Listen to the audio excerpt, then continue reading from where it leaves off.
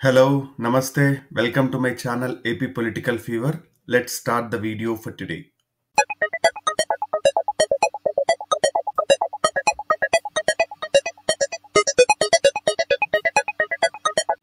So ఈ వీడియోలో వచ్చేసరికి మనం మాడుగుల నియోజకవర్గం గురించి చూద్దాము. మనం ఇదివరకే దాదాపు 140 నియోజకవర్గాల పైగా ఎన్నికల సర్వే అండ్ ప్రెడిక్షన్ వీడియోస్ చేశాము. ఎవరైనా కావాలనుకుంటే please go ahead and watch them. Madugula వచ్చేసి అనకాపల్లి లోక్సభ పార్లమెంట్ పరిధి కిందకి వస్తుంది. అనకాపల్లి జిల్లా కొత్తగా ఫామ్ అయింది. ఇది ఉమ్మడి విశాఖ జిల్లాలో ఉండేది. ఇది జనరల్ కాన్స్టిట్యున్సీ. ఇక్కడ ఎవరైనా పోటీ చేయొచ్చు. ఇక్కడ కులాల వారి ఓట్లు ఎలా ఉన్నాయి అని చూస్తే కాపు సామాజిక వర్గం దాదాపు 35,000 దాకా ఈ నియోజకవర్గంలో ఉన్నారు. కొప్పుల వెలమ దాదాపు 64 నుంచి 65,000 వరకు ఈ నియోజకవర్గంలో ఉన్నారు. యాదవ సామాజిక వర్గం 20,000, గవర సామాజిక వర్గం 15,000, ఎస్సీలు 25,000, పద్మశాలీలు 15,000. మొత్తంగా ఈ నియోజకవర్గం వచ్చేసి కొద్దిగా చిన్నదే అని చెప్పొచ్చు. దాదాపు 2,05,000 ఓట్లు మాత్రమే ఈ నియోజకవర్గంలో ఉంటాయి. ముఖ్యంగా బీసీ సామాజిక వర్గాలు అత్యధికంగా ఉంటాయి. దాదాపు 1,30,000 దాకా బీసీ సామాజిక వర్గాలు ఉంటాయి. ఓసీ కాపులు 35,000, అలాగనే ఎస్సీలు దాదాపు 25,000 దాకా ఈ నియోజకవర్గంలో ఉంటారు. ఇంకా అదర్ క్యాస్ట్ వచ్చేసి ఒక 15 నుంచి 20,000 దాకా ఉంటారు. సో రాజకీయ పెత్తనం వచ్చేసి కొప్పుల వెలమ సామాజిక వర్గాన్ని, కాపు సామాజిక వర్గాన్ని అని చెప్పొచ్చు. ముఖ్యంగా కొప్పుల వెలమ సామాజిక వర్గానికి చెందిన వాళ్ళే ఈ నియోజకవర్గానికి ఎమ్మెల్యేలుగా ప్రాతినిధ్యం వహిస్తూ వస్తూ ఉన్నారు. దాదాపు 30%, 40% దాకా ఈ నియోజకవర్గంలో ఆ పాపులేషనే ఉందని చెప్పొచ్చు. వాళ్ళ ఇన్ఫ్లుయెన్స్ దాదాపు ఎక్కువ మండలాల్లో కూడా వాళ్ళ ఇన్ఫ్లుయెన్సే అధికంగా ఉంటుంది. ఇక్కడ గత 4 ఎన్నికల వివరాలు చూస్తే 2004లో కర్ణం ధర్మశ్రీ గారు వైఎస్ఆర్సీపీ తరఫున 8,700 మెజారిటీతో 9.5% మార్జిన్తో గెలవడం జరిగింది. 2009లో గవిరెడ్డి రామానాయుడు గారు టీడీపీ పార్టీ తరఫున 6,800 మెజారిటీతో 4.9% మార్జిన్తో గెలవడం జరిగింది. 2014లో బుడి ముత్యాల నాయుడు గారు వైఎస్ఆర్సీపీ నుంచి 4,761 3.2% మార్జిన్తో గెలవడం జరిగింది. 2019లో తిరిగి బూడి ముత్యాల నాయుడు గారు వైఎస్ఆర్సీపీ నుంచి దాదాపు 16,500 మెజారిటీతో 10.5% మార్జిన్తో గెలవడం జరిగింది. సో ఈ నియోజకవర్గం ఒక రకంగా 2004 వరకు టీడీపీకి కంచుకోట లాగా ఉండేది. దాదాపు 1983 నుంచి 2004 వరకు ఒకటే క్యాండిడేట్ ఎమ్మెల్యేలుగా ఈ నియోజకవర్గానికి ప్రాతినిధ్యం వస్తూ ఉన్నారు. 2004లో కర్ణం ధర్మశ్రీ గారు ఆయన్ని ఓడించిన తర్వాత ఈ నియోజకవర్గం టీడీపీ కొంచెం చీలిపోయిందని చెప్పొచ్చు. ముఖ్యంగా గత 20 సంవత్సరాల నుంచి చూసుకుంటే కర్ణం ధర్మశ్రీ గారు కాంగ్రెస్ నుంచి ఒకసారి, బుడి ముత్యాల నాయుడు గారు వైఎస్ఆర్సీపీ నుంచి 2 సార్లు, టీడీపీ కేవలం ఒక్కసారి మాత్రమే గెలవడం జరిగింది. కానీ టీడీపీ గట్టి పోటీ ఇచ్చే నియోజకవర్గాల్లో ఇది కూడా ఉంటుంది అని చెప్పొచ్చు. కానీ గత 15 సంవత్సరాల నుంచి టీడీపీలో వర్గ విభేదాలు కానీ లేకుంటే చాలా మంది ఎమ్మెల్యే టికెట్ కోసం ఆశిస్తూ ఉండడం కానీ ఈ నియోజకవర్గంలో ఒక రకంగా టీడీపీని కుంగదీస్తా వస్తూ ఉన్నాయని చెప్పొచ్చు. ఇప్పుడు ఎన్డీఏ పొత్తు ప్రభావం ఎలా ఉంటుంది ఈ నియోజకవర్గంలో అని చూస్తే గత ఎన్నికలలో వైఎస్ఆర్సీపీకి 78,830 ఓట్లు రావడం జరిగింది. టీడీపీకి 62,400 ఓట్లు రావడం జరిగింది. జనసేనకి 3,745 ఓట్లు మాత్రమే రావడం జరిగింది. బీజేపీకి కేవలం 800 మాత్రమే రావడం జరిగింది. సో కూటమిగా చూసుకుంటే దాదాపు 67,000 ఓట్లు కూటమికి రావడం జరిగింది. డిఫరెన్స్ చూస్తే దాదాపు 12,000 ఓట్లు అదనంగా వైఎస్ఆర్సీపీకి ఉన్నాయని చెప్పొచ్చు. ఇంకొక ఆసక్తికరమైన విషయం ఏంటంటే ఈ నియోజకవర్గంలో ఈ జనసేన కన్నా నోటాకు అధికంగా ఓట్లు రావడం జరిగింది. నోటాకు దాదాపు 4,600 ఓట్లు వస్తే జనసేన క్యాండిడేట్ కి కేవలం 3,745 ఓట్లు మాత్రమే రావడం జరిగింది. సో ఈ నియోజకవర్గంలో జనసేన ప్రభావం పెద్దగా ఉండదు అని చెప్పొచ్చు.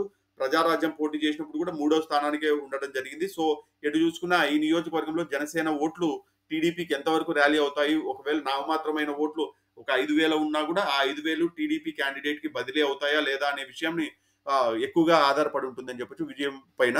కానీ ఈ టీడీపీ గెలవాలంటే దాని సొంత బలం మీదనే గెలవాలి, కానీ జనసేన సపోర్ట్ అయితే ఈ నియోజకవర్గంలో చేసి గెలిచే అవకాశాలు లేవు. బీజేపీ కూడా ఈ నియోజకవర్గంలో నామమాత్రమే అని చెప్పొచ్చు. వైఎస్ఆర్సీపీ అయితే బలంగా ఉంది ఈ నియోజకవర్గంలో. ముఖ్యంగా ఎస్సీ సామాజిక వర్గాల్లో కానీ లేకుంటే కుప్పల వెలమ సామాజిక వర్గాల్లో కానీ అత్యధికంగా ఓట్లు వీళ్ళకే పోలే అవకాశాలు ఉండడం వైఎస్ఆర్సీపీకి బెనిఫిట్ అవుతా ఉందని చెప్పొచ్చు. కర్ణం ధర్మశ్రీ గారు ఈయన 2004 నుంచి 9 వరకు కాంగ్రెస్ పార్టీ తరఫున ఎమ్మెల్యేగా ప్రాతినిధ్యం వహించారు. ఈయన దాని తర్వాత పక్క నియోజకవర్గం నుంచి పోటీ చేస్తూ ఎమ్మెల్యేలుగా ప్రాతినిధ్యం వహిస్తూ వస్తూ ఉన్నారు. నెక్స్ట్ గవిరెడ్డి రామానాయుడు గారు ఈయన 2009 నుంచి 14 వరకు టీడీపీ పార్టీ తరఫున ఎమ్మెల్యేగా ప్రాతినిధ్యం వహించారు. 2014లో టీడీపీ తరఫున పోటీ చేసి ఓడిపోయారు. 2019లో టీడీపీ తరఫున పోటీ చేసి ఓడిపోయారు. ఇప్పుడు ఈయన కూడా టికెట్ ఎక్స్పెక్ట్ చేసినప్పటికీ నియోజకవర్గంలో మార్పులు చేర్పుల్లో భాగంగా ఈయనకి టికెట్ నిరాకరించడం జరిగింది. సో ప్రస్తుతానికి ఈయన అసమ్మతిలో ఉన్నారని చెప్పొచ్చు. నెక్స్ట్ బుడి ముత్యాల నాయుడు గారు. ఈయన 2014 నుంచి 2024 వరకు వైఎస్ఆర్సీపీ తరఫున ఎమ్మెల్యేగా ప్రాతినిధ్యం వహించారు. ఈ నియోజకవర్గంలో బలమైన క్యాండిడేట్ గా ఎదిగారని చెప్పొచ్చు. సౌమ్యులు ప్లస్ ఎప్పుడు జనాలకు అందుబాటులో ఉంటారు. డిప్యూటీ సీఎం గా ఉన్నారు. ప్లస్ మినిస్ట్రీగా కూడా జగన్ గారి గవర్నమెంట్ లో ఇప్పుడు కరెంట్ సిట్టింగ్ మినిస్టర్ గా ఉన్నారు. ఈయన ఈ నియోజకవర్గంలో చాలా గట్టి పట్టు ఉందని చెప్పొచ్చు. ఇప్పుడు ప్రస్తుతానికి ఈయన అనకాపల్లి ఎంపీ సీట్ కి మార్చి ఈమె కూతురికి ఎమ్మెల్యే టికెట్ ఇవ్వడం జరిగింది. సో ఈసారి ఆమె గెలుస్తారా లేదా అనేది చూడాలి. ప్రస్తుతానికైతే ఈయన అనకాపల్లి ఎంపీ సీట్ కి పోటీ చేస్తా ఉన్నారు.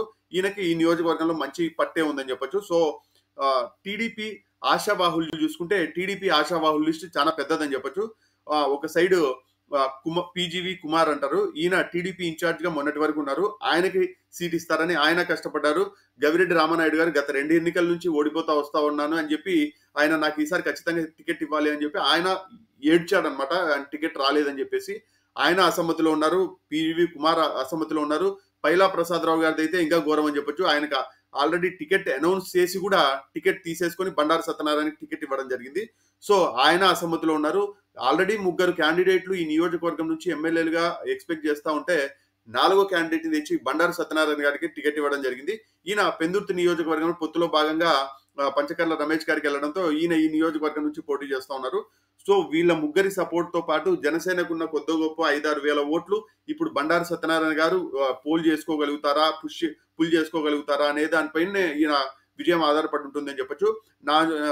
నేను రీసెంట్ గా చూసిన దాని ప్రకారం అయితే గవిరెడ్డి రామనాయుడు గారు ఇండిపెండెంట్ గా పోటీ చేసే అవకాశం ఉంది. పైలా ప్రసాదరావు గారు కూడా ఇండిపెండెంట్ గా పోటీ చేస్తా ఉన్నారని చెప్తున్నారు. సో ఇప్పుడు గన వీళ్ళిద్దరు ఇండిపెండెంట్ గా పోటీ చేస్తే టీడీపీకి చాలా డెట్టు పడుతుంది.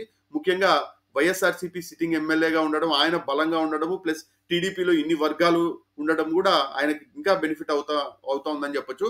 సో ఇప్పుడు మాడుగుల విషయానికి వస్తే వైఎస్ఆర్సీపీ పైన ఈర్లి అనురాధ గారు పోటీ చేస్తా ఉన్నారు. ఈమె ఇప్పుడు సిట్టింగ్ ఎమ్మెల్యే బుడి ముత్యాల నాయుడు గారి కుమార్తె అన్నమాట. ఆయన కూడా అనకాపల్లి ఎంపీగా పోటీ చేస్తా ఉన్నారు కాబట్టి ఆయన సపోర్ట్ కానీ లేకుంటే ఆయన ఈ నియోజకవర్గం నుంచి అత్యధిక మెజారిటీ ఆశిస్తా ఉన్నాడు. అలా అయితే ఎంపీ క్యాండిడేట్ గా గెలవచ్చు అనేది. సో ఈమె కూడా క్యాండిడేట్ మంచి వాక్చాతుర్యం ఉంది, జనాల్లోకి చొచ్చుకుపోగలుగుతారు. సో మామూలుగా వేరే చోట్ల నుంచి పోటీ చేసిన లేడీ అభ్యర్థుల్లా కాకుండా ఈమె నియోజకవర్గంలోనే కొద్దిగా బాగా మాట్లాడగలుగుతారు, బాగా చదువుకున్నారు, ప్లస్ అందుబాటులో ఉంటారని పేరుంది కాబట్టి వీళ్ళ నాన్నగారికి ఈ నియోజకవర్గం నుంచి ఈమె బలమైన క్యాండిడేట్ గానే ప్రొజెక్ట్ అవుతా ఉన్నారు. ప్లస్ సంక్షేమ పథకాలు కానీ ఈ నియోజకవర్గంలో రోడ్లు వర్కులు కానీ, సీసీ రోడ్లు, డ్రైనేజ్ వర్కులు బాగానే ఈ నియోజకవర్గంలో జరగడము, సంక్షేమ పథకాలు ఎటో ఉన్నాయి. ఇవి వైఎస్ఆర్సీపీ బలాలు. వైఎస్ఆర్సీపీలో పెద్దగా నెగిటివిటీ ఏం లేదని చెప్పొచ్చు ఈ నియోజకవర్గం పరంగా.